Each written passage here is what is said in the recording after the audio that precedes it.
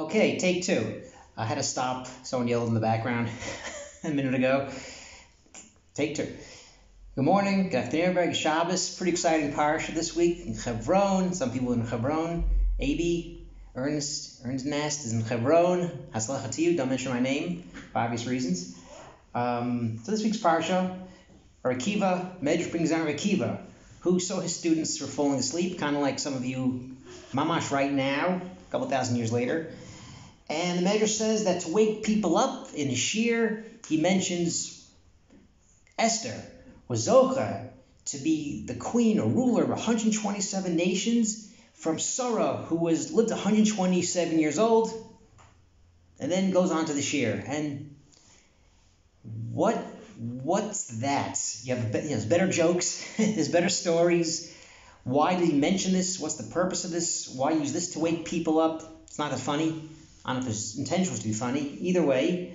And the Brit Tzaddik spends some time on this and says that Tilbash Esther Malchus, it doesn't say Big Day Malchus, it says Tilbash Esther Malchus. And the Gemara says she got this Malchus, meaning Nevuah. She got a piece of prophecy, a piece of Nevuah. Because think about it. We know Queen Esther at the end of the story, but at that point, we don't know who she is. She's the niece of Mordechai. Maybe she's great. Who knows who she is? She's taken away by Achashverosh. We don't know who she is. And all of a sudden, Mordechai says to her, you have to speak for the Jewish people, and she has to risk her life. And how did she do this right? Who knows she did the right thing? There was no Bezdin. She didn't know this was the right thing. She risks her life against her better judgment. She gets pieces of Nevuah, and she goes and speaks to Achashverosh and saves the people. And the Medrash says she got a piece of Sora. This idea, this resiliency, this koach, she got a piece of Sora.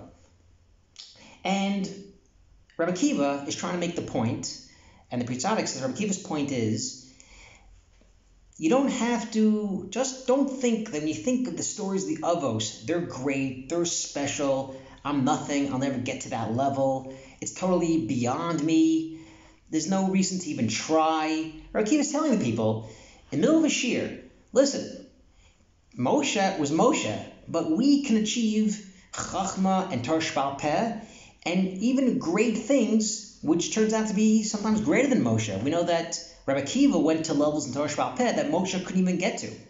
And the point of this is when you see people, or you see Talmidim dozing off in the middle of shir, I can't do this, it's beyond me. No, every person has a koach to tap into the kochos of the avos.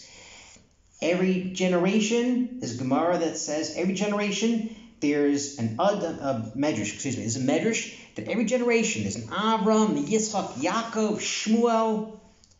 Not that there's one person walking around like that, but every person has a piece of them.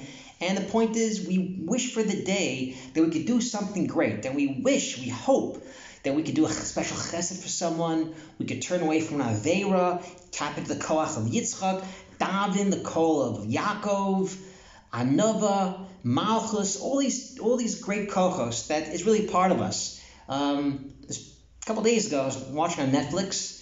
There's an interesting documentary, I guess, called Echo of the Canyon. It's about music from the mid-'60s, late '60s. Jacob Dylan interviews all these different rockers from the late '60s, the mid-'60s, the Byrds, and goes into all these things, what made them great, what made them special. And they quote Tom Petty, Alav Shalom, and Tom Petty says, you think about Brian Wilson and Sebastian Bach, they don't come around every generation. Those, and the truth is, okay, that's Tom Petty. He wasn't so frum. So you can't look and say that's that generation, we can never get there, it's something totally separate from us. No, every generation, each of us have a koach to do special, great things, and we have to wish to tap into that special koach.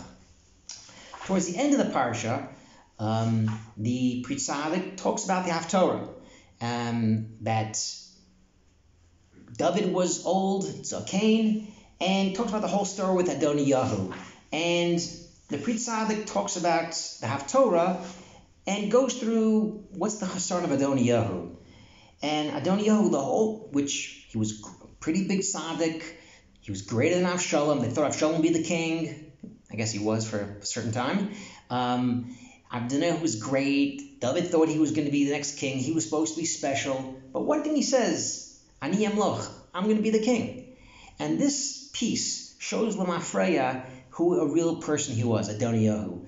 This person, Adoniyahu, who was a great tzaddik, had this level of gaiva. That's something that does not belong to a king.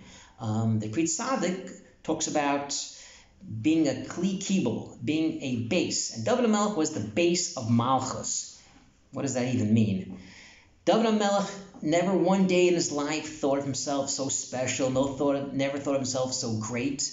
Even when Hashem says to him, the Mlucha will never leave you, the next pasuk, he says, what did I do to deserve this? My family, what do I do to deserve this? David HaMelech was always this humble piece. And in Kabbalah, there's the level of nukva, a level of getting this koach from Hashem, and we have to be matzmiach, or tzomeach, we have to grow this midah, and that's David HaMelech. David HaMelech was an anav, and we know the king is the last person who really should be an anav. A king could do anything. A king collects money, a king has an army, and when a king is the opposite, a king has everything, and he himself goes about himself that he has nothing or is not much, that's a kibul that you can look from that as an example, as a paradigm for regular people. And how does that do for us? A lot of people have great talents. A lot of people, smart, they have a lot of money, and a person has to think of himself that they're a tzinar, they're just a pipe from the shefa to Hashem gave us all these things, and we're just a shefa, a pipe to other things. Great talents that some of us may have, whether we're strong, whether we can run marathons, whether great bali chesed, smart, able to kind of concentrate, focus, help other people, be friendly. All these things are really tools for other things. And so the first point of Pri Tzaddik is a person should think, I want to get from the avos, even if they think they have nothing. And the other, conversely, even if a person has great talents, you should never think, this is all me, I did this myself. We should only think that, just like David HaMelech, who had everything, still considered himself as an acceptance and to give and to be shefa for others, we should also, the great talents that some of us may have, we should think of this and how can we help other people and do for others. Shabbat Shalom from Beit Shemesh.